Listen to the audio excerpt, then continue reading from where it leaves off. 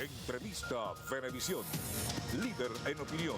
Por tu canal independiente, Venevisión. Muchísimas gracias por acompañarnos como siempre en Entrevista Venevisión. Ya estamos listos para iniciar nuestra conversación con el invitado del día de hoy. Él es Roberto Picón, rector del Consejo Nacional Electoral. Gracias por estar con nosotros en Entrevista Venevisión. Muchas gracias, Endrino. Un placer estar aquí en Venevisión contigo. Interesantes temas que conversar, sobre todo cuando los ojos del mundo están puestos sobre esas elecciones que vienen el 21 de noviembre y la voz de ustedes será muy importante el día de dar a conocer los resultados. Importante conocer en este momento, luego de haber finalizado ayer la auditoría de producción de máquinas, en qué fase del proceso electoral estamos. Bueno, yo diría que estamos en la recta final, justamente terminando ya toda la fase 3 de postulaciones. El día 11 de noviembre ya pues tiene que validarse todo el proceso de configuración del sistema de totalización con las últimas sustituciones, modificaciones y alianzas que puedan estarse dando en estos últimos días. Y eso implica pues un proceso de impresión de fe de ratas, ¿verdad? Que hay que distribuir en todos los centros de votación para que lo que aparece en boleta, que no va a ser totalizado, pues la gente esté enterada porque tal partido ya no apoya a este candidato, sino a este otro, etcétera, etcétera. O sea que quedan 3 días para que se definan las candidaturas, para que las organizaciones políticas den el firme acerca de los nombres que se están postulando, ¿es así? Yo diría que está definido ya en un 99.95%. Ahorita estamos en una fase de validación de toda esa data, de corrección de cualquier, vamos a decir, recaudo que faltó a última hora con las últimas modificaciones. Y sí, pues mañana tendremos un reporte preliminar y bueno, los últimos cambios serán muy, muy pocos porque ya pues estamos en la recta final y no puede haber muchos cambios que afecten, digamos, los derechos también de los candidatos y de los partidos políticos. 17 candidatos han sido inhabilitados para este próximo evento electoral. Quiero que nos hable acerca de eso, por qué las inhabilitaciones y qué es lo que está en juego en cuanto a las candidaturas cuando se incumple la normativa electoral. Bueno, las inhabilitaciones no tienen que ver con la normativa electoral, sino justamente con procesos que ocurren dentro de otras instancias del Estado, en este particular en la Contraloría. Nosotros hemos recibido oficios de la Contraloría solicitando la inhabilitación de estos ciudadanos y bueno, ellos han sido yendo paulatinamente sustituidos para que esas organizaciones con fines políticos que los habían postulado no se queden sin opción. Entonces, eso justamente es este último proceso de modificaciones y sustituciones que está teniendo lugar. Rector, un tema interesantísimo de hablar acerca de este evento electoral es el tema de que todos los contrincantes estén en las mismas condiciones para que exista equidad, igualdad y que no exista el ventajismo político. ¿De qué manera se está actuando para que las instituciones del Estado y los alcaldes y gobernadores que actualmente estén en funciones no estén haciendo el uso de sus recursos para impulsar sus campañas frente a otros candidatos que tienen recursos limitados? Bueno, el CNE y la ciudadanía en general está muy pendiente de este tema. El CNE ha establecido una sala de monitoreo de medios y de redes sociales en donde se está verificando que las organizaciones con fines políticos y las organizaciones del Estado estén actuando de acuerdo al reglamento. Las organizaciones con fines políticos, pues en la medida de que su propaganda se adecue a la normativa y que tengan participación en los medios de comunicación para ofrecer su oferta electoral. Y todo el sistema del Estado, tanto de los medios como de las gobernaciones, alcaldías, ministerios, empresas del Estado, pues de que actúen en forma neutra con respecto a la elección. Es decir, el terreno de juego tiene que estar plano para todos. Debe ser igualmente fácil para todos los jugadores meter un gol en la portería. El CNE va a contar esos goles de manera muy precisa, muy adecuada, sin ninguna duda vamos a dar los resultados que son, pero tiene que haber un equilibrio en la campaña para que todos los candidatos tengan los mismos chances. Casos de candidatos que están siendo investigados, según la información del Consejo Nacional Electoral, Héctor Rodríguez, Gustavo Duque y otros candidatos por violar la normativa. En estos casos, ¿de qué se trata?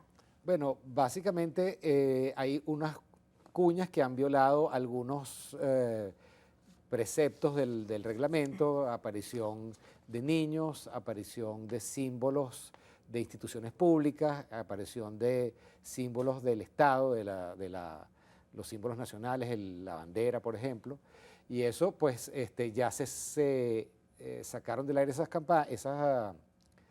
esas cuñas y bueno, se está trabajando con las candidaturas para que eso no vuelva a ocurrir y que si se sustituyen, pues sean correctamente sustituidas. Ahora, si hay una reincidencia, pues entonces habría que establecer un procedimiento para sancionar a la persona. Es muy importante y todos los candidatos que aspiran a ser electos en este evento electoral hacen mucho énfasis en el cuidado de los votos. Yo quisiera que nos hablara acerca de los testigos electorales y la auditoría de verificación ciudadana que se lleva en caliente durante el evento electoral.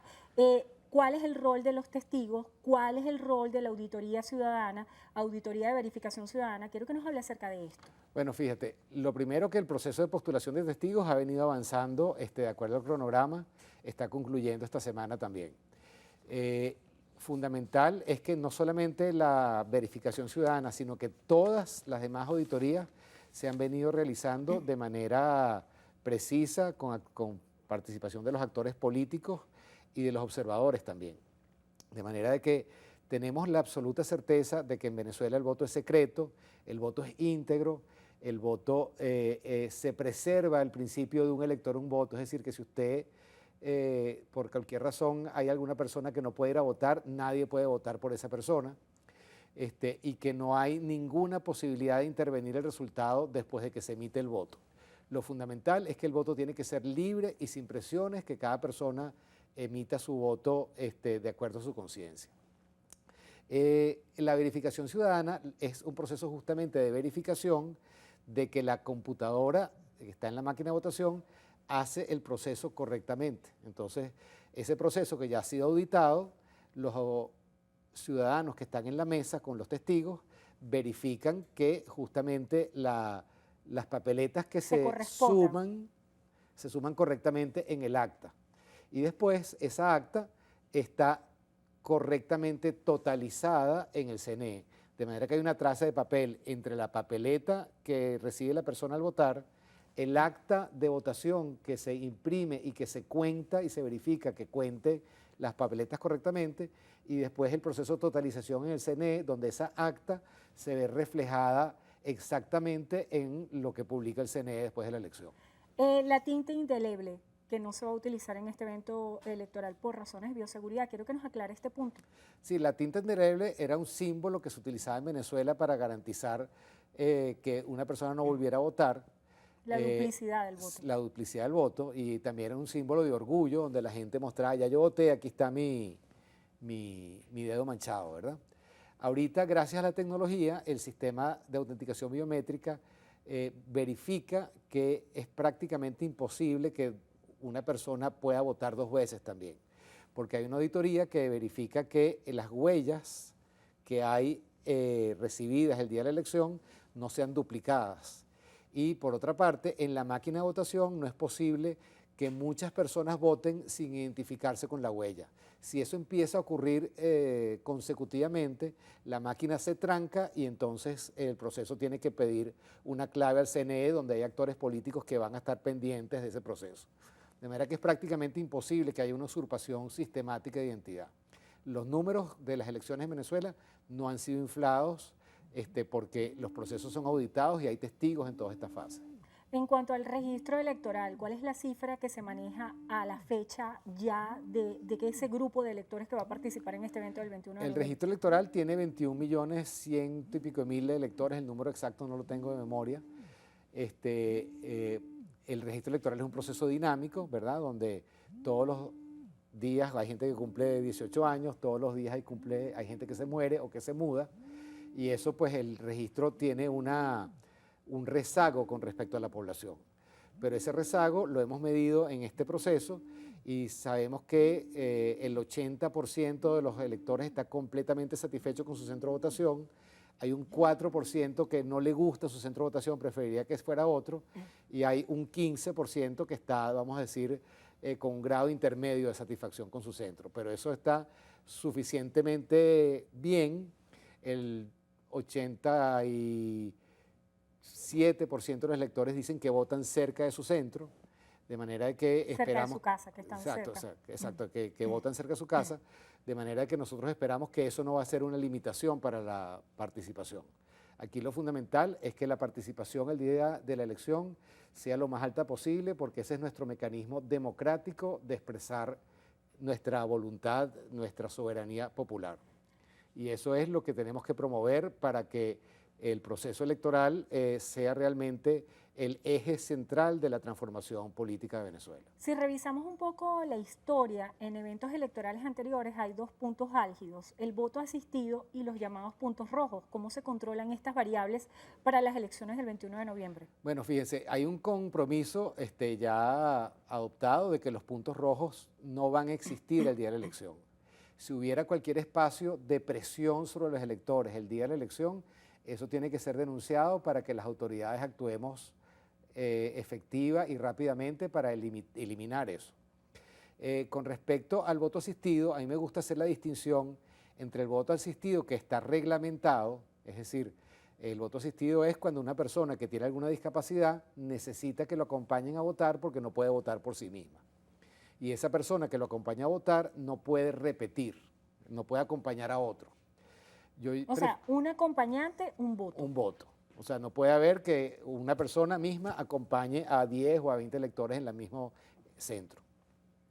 Por otra parte, hay lo que yo llamo el voto vigilado o el voto condicionado, en donde hay una presión sobre el elector para que vote de una manera condicionando la participación o el voto a un resultado, un beneficio, ese tipo de cosas.